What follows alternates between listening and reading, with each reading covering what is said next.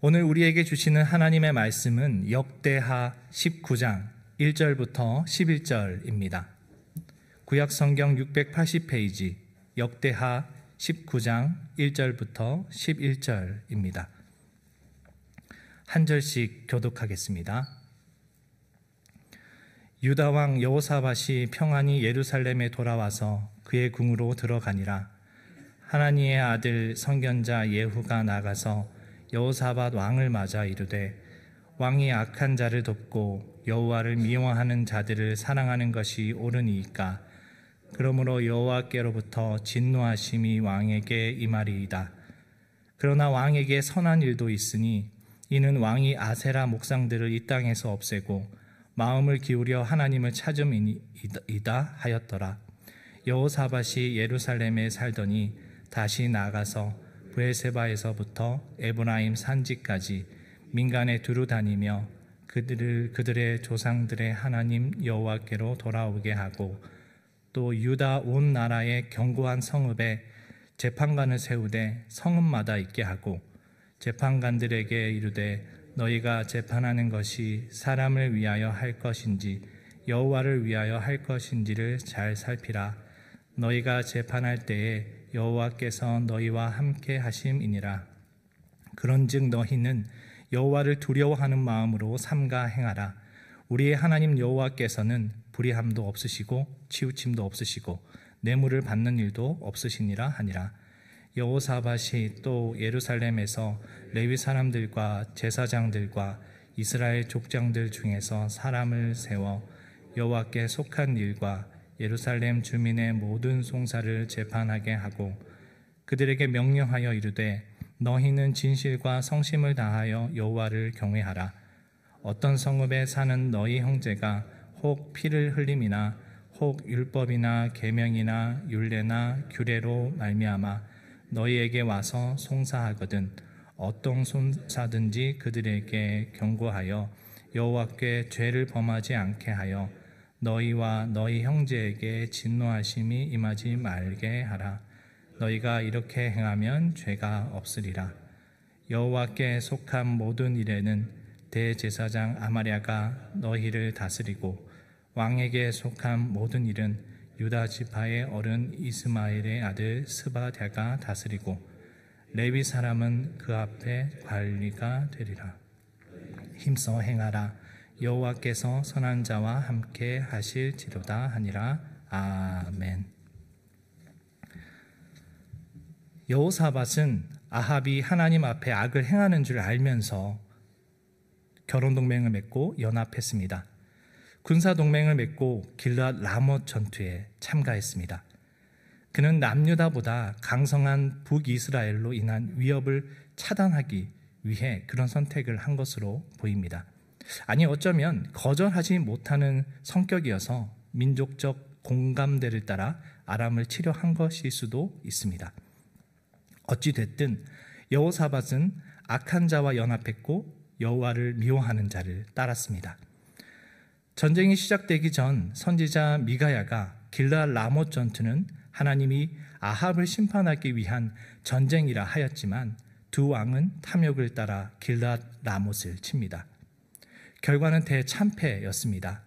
아합은 아람 사람이 쏜 화살에 맞아 죽었고, 여호사밧은 수세에 몰려 겨우 목숨을 건졌습니다. 1절부터 3절입니다. 유다 왕 여호사밧이 평안히 예루살렘에 돌아와서 그의 궁으로 들어가니라. 하나니의 아들 선견자 예후가 나가서 여호사밧 왕을 맞아 이르되, 왕이 악한 자를 돕고 여호와를 미워하는 자들을 사랑하는 것이 옳으니이까? 그러므로 여호와께로부터 진노하심이 왕에게 임하리이다. 그러나 왕에게 선한 일도 있으니 이는 왕이 아세라 목상들을 이 땅에서 없애고 마음을 기울여 하나님을 찾음이다 하였더라. 여호사밧은 예루살렘으로 평안히 돌아왔습니다. 하지만 그의 귀환은 안도와 기쁨이 아닌 또 다른 위기로 나아갑니다. 그를 기다리는 것은 선견자 예후의 책망이었습니다. 왕이 악한 자를 돕고 여호와를 미워하는 자들을 사랑하는 것이 옳으니까? 그러나 여호와의 진노가 임할 겁니다. 예후의 말입니다. 이방 여인 이세벨과 결혼하고 이방신을 숭배하며 자기 욕망을 쫓아 나라를 다스린 아합을 도운 것에 하나님은 진노했습니다. 그러나 여호사밧을 향한 진노가 바로 임하지는 않았습니다. 하나님께서 그의 선한 일을 찾으셨기 때문입니다. 선한 일도 있으니에서 있으니는 히브리어로 찾다라는 뜻을 가진 맞자의 수동태입니다. 원어의 의미를 담아 해석해보면 선한 일을 찾아짐을 당했다는 뜻입니다. 하나님의 진노가 코앞에 있을 때 하나님은 어떻게든 선한 일을 찾아 돌이키려 하신 겁니다. 여호사밧이 예루살렘으로 평안히 돌아온 이유는 그가 온전했기 때문이 아니라 하나님 앞에 하나님이 그의 선하신 일을 찾으셨기 때문입니다. 하나님이 찾으신 선한 일은 두 가지였습니다. 아세라 목상을 제거한 것과 마음을 기울여 하나님을 찾은 겁니다. 여호사밧은 종교개혁을 일으킨 적이 있습니다. 산당과 아세라 목상을 제거하고 여러 성읍의 방백들을 보내 가르치고 제사장과 레위 사람을 보내 율법책을 가르치게 했습니다. 하나님은 그 일을 기억하신 겁니다. 4절입니다. 여호사밧이 예루살렘에 살더니 다시 나가서 브엘세바에서부터 에브라임 산지까지 민간에 두루 다니며 그들의 조상들의 하나님 여호와께로 돌아오게 하고, 여호사밧은 예후의 책망을 듣고 돌이킵니다. 그가 가장 먼저 한 일은 예루살렘에서 머무는 것이었습니다. 예루살렘에서 살던 이는 히브리어로 예루살렘에 거주하였다는 뜻입니다. 그는 한동안 성전이 있는 예루살렘을 떠나지 않고 신앙 회복에 힘을 쓴 겁니다. 자중하며 근신한 겁니다. 그리고 그 다음으로 여호사밧은 다시 나가서 브엘세바에서 에브라임 산지까지 민간에 두루 다니며 백성들이 하나님께 돌아오게 합니다. 브엘세바에서 에브라임 산지는 남유다의 남쪽과 북쪽의 경계를 가리키는 겁니다. 곧 남유다 전체 땅을 말하는 겁니다. 여호사밧은 이제 더 이상 북왕국과 연합하지 않습니다. 대신 백성들을 살피는 일에 전념합니다. 여호사밧의 잘못된 선택으로 영적으로 무뎌진 백성들을 돌이키기 위해 직접 전 지역을 순행한 겁니다. 힘들고 고통스럽지만 하나님을 위해 기꺼이 그 수고를 감내하기로 합니다. 5절입니다. 또 유다 온 나라의 견고한 성읍에 재판관을 세우되 성읍마다 있게 하고, 여호사밧은 견고한 성읍에서 개혁을 시작합니다. 이 견고한 성읍은 여호사밧이 이전 종교개혁 때 군대를 주둔시키고 방백과 레위 사람, 제사장을 파견한 장소입니다. 그는 모든 견고한 성읍에 하나도 빠짐없이 동일하게 재판관을 둡니다.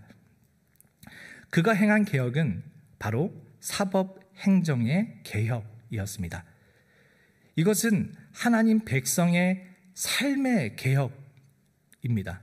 왜냐하면 하나님의 말씀으로 재판이 이루어지기 때문입니다. 그는 하나님의 말씀이 백성들의 삶에서 실현되기를 갈망하고 힘썼습니다. 6절부터 7절입니다.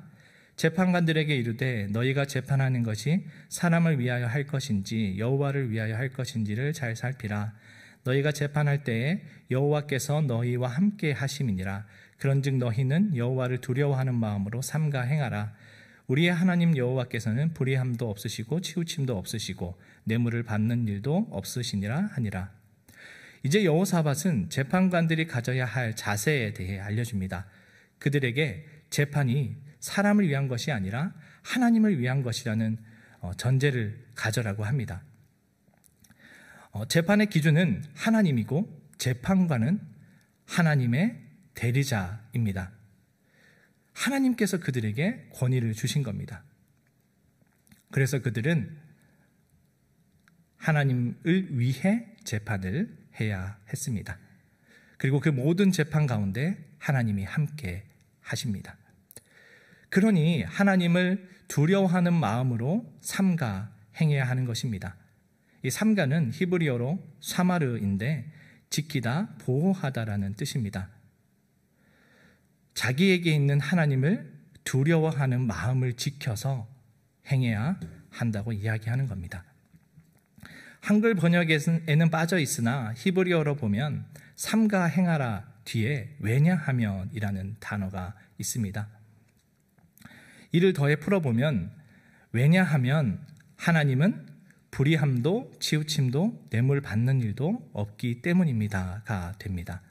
바로 삼가 행해야 하는 이유는 하나님입니다. 하나님은 불의함이 없습니다. 하나님은 진실되고 정직하며 올바릅니다. 그리고 하나님은 치우침도 없습니다.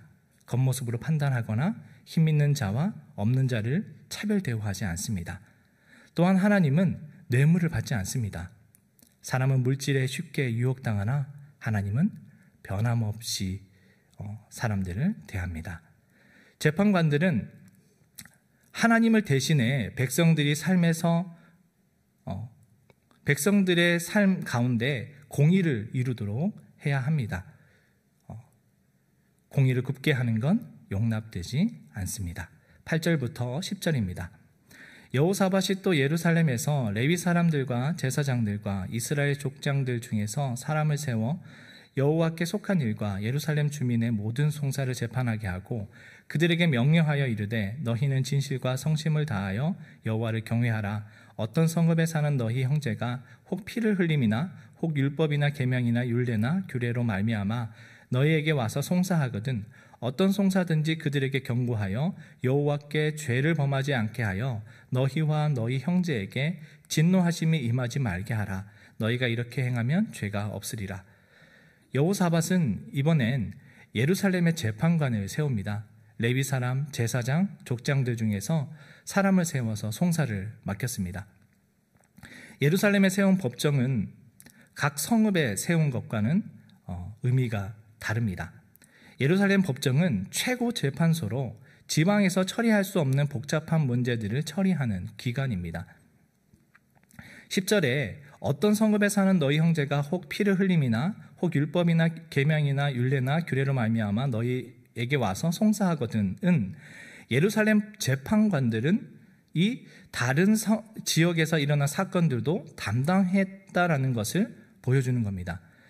주요 성읍들의 재판관들이 있음에도 소송이 예루살렘에 위탁되었다라는 이 사실은 예루살렘이 바로 상소의 상급 법정이었다는 것을 보여주는 겁니다.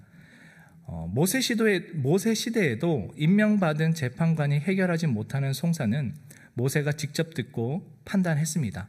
신명기에도 이와 관한 말씀이 있습니다. 신명기 17장 8절부터 9절을 보면 판결하기 어려운 일이 생기면 내 하나님 여호와께서 택하신 곳으로 레위 사람 제사장과 재판관에게 물으라고 합니다. 오늘 역대하 19장 말씀도 마찬가지입니다. 최고 법원인 예루살렘 법정은 피를 흘림, 곧 살인사건과 같은 중대 사인을 비롯하여 율법이나 계명이나 율례나 규례로 말미암은 유권 해석 문제를 이렇게 해결했습니다. 여호사밧은 견고한 성읍의 재판관들에게 그랬던 것처럼 예루살렘 재판관들에게도 그들이 가져야 할 자세에 대해서 가르칩니다. 여호사밧은 재판관들에게 너희는 진실과 성심을 다하여 여호와를 경외하라고 합니다. 진실은 신실, 성실이란 뜻이고 성심은 온전한 마음입니다. 곧 여호와를 경외함으로 하나님의 법을 치우치지 않게 온전히 지켜가라는 말입니다.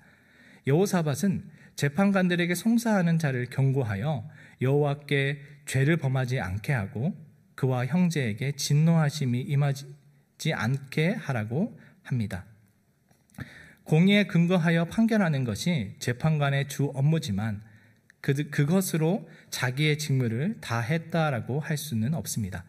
재판을 올바르게 하는 것을 넘어서 경고하여 죄를 깨우쳐 멈추게 하라고 여호사밧은 말합니다. 그래야 재판관에게 죄가 없다고 합니다. 이것은 백성의 행동뿐 아니라 마음에서부터 회복이 일어나게 하려는 시도입니다. 11절입니다. 여호와께 속한 모든 일은 대제사장 아마랴가 너희를 다스리고 왕에게 속한 모든 일은 유다 지파의 어른 이스마엘의 아들 스바냐가 다스리고 레위 사람들은 너희 앞에 관리가 되리라. 너희는 힘써 행하라. 여호와께서 선한 자와 함께 하실지로다 하니라. 여호사밧은 재판에 관해 여호와께 속한 일과 왕에게 속한 일 두 가지로 나눕니다. 여호와께 속한 일은 제사나 성전에 관한 소송입니다. 이를 총괄하는 최고 책임자로 율법에 능통한 대제사장 아마랴를 세웠습니다. 왕에게 속한 일은 민사 문제에 관한 것입니다. 성전이나 제사 및 율법에 관한 일을 제외한 것으로 사법적인 판단뿐 아니라 행정적인 일까지 포함하는 일입니다. 그리고 최고 책임자로 유다 지파의 족장 스바랴가 임명됐습니다. 레위 사람들은 이들을 돕는 관리로 세워 재판을 보자 했습니다. 여호사밧은 새로 임명된 재판관들에게 공고하는 말을 또 덧붙입니다. 곧 마음을 강하게 먹어라, 이렇게 이야기합니다. 그만큼 이 재판하는 일이 만만한 일이 아니라는 겁니다. 그래서 힘써 지키라고, 힘써 행하라고 말한 겁니다. 이제 여호사밧은 결론을 짓습니다. 여호와께서 선한 자와 함께 하실지로다, 이렇게 말합니다. 선한 자는 말씀대로 행하는 재판관을 가리킵니다. 또한 그 3절에 선한 일을 행한 자를 가리키기도 합니다. 우상을 제하고 마음을 기울여 하나님을 찾는 자들을 말하는 겁니다. 하나님은 그들과 함께 하십니다. 이를 위해 그들은 하나님께 돌이켜야 합니다. 이 여호사밧의 회심 이야기는 열왕기에 언급되지 않습니다. 그렇다면 이 역대기 기자는 이 말씀을 통해 귀한 자들에게 무엇을 들려주고 싶어 했겠습니까?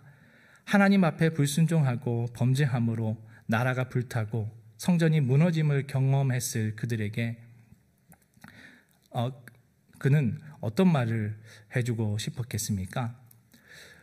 이제 돌이키자는 겁니다. 그리고 그 돌이킴은 우상 제거와 마음에서부터 하나님을 찾는 것이라고 말합니다. 그렇게 하는 근거는 하나님이 우리의 돌이키심을 찾는 것에 있습니다. 또한 지금 그들은 이방 세력의 지배 아래에 있어서 정의를 실현하기 어려운 상황에 있습니다. 그런 상황 속에서 우리가 노력해도 안 된다라고 포기하기보다 변함없이 하나님의 기준을 따라 정의를 실현해 가자고 또 말하는 겁니다. 악한 자와 타협하거나 동조하지 말고 정의가 세워지지 않는 곳에 하나님의 기준을 세워가기를 이 역대기 기자는 바란 겁니다. 내 기준이 아니라 하나님의 말씀이 기준되어 무엇이 우상인지를 판단하고 자기 인생조차 하나님의 말씀으로 정의 내리고자 하는 겁니다. 우리는 하나님께 돌이켜야 합니다. 우리 마음과 삶, 집, 직장, 여가 시간, 모든 것과 시간 속에서 우상을 제거하고 하나님께 나아가야 합니다. 쉽지만 그러해야 합니다. 우상을 제거하라 한다면 지금 당장 선뜻 고민 없이 내려놓을 수 있겠습니까? 우상을 제거하기 위해 우리는 하나님을 두려워하고 경외해야 합니다. 그리고 그 사랑이신 하나님이 진노하신 하나님이라는 것도 기억해야 합니다. 하나님은 심판하려고 혈안되신 분이 아닙니다. 자신을 찾는 자를 찾으시는 하나님입니다.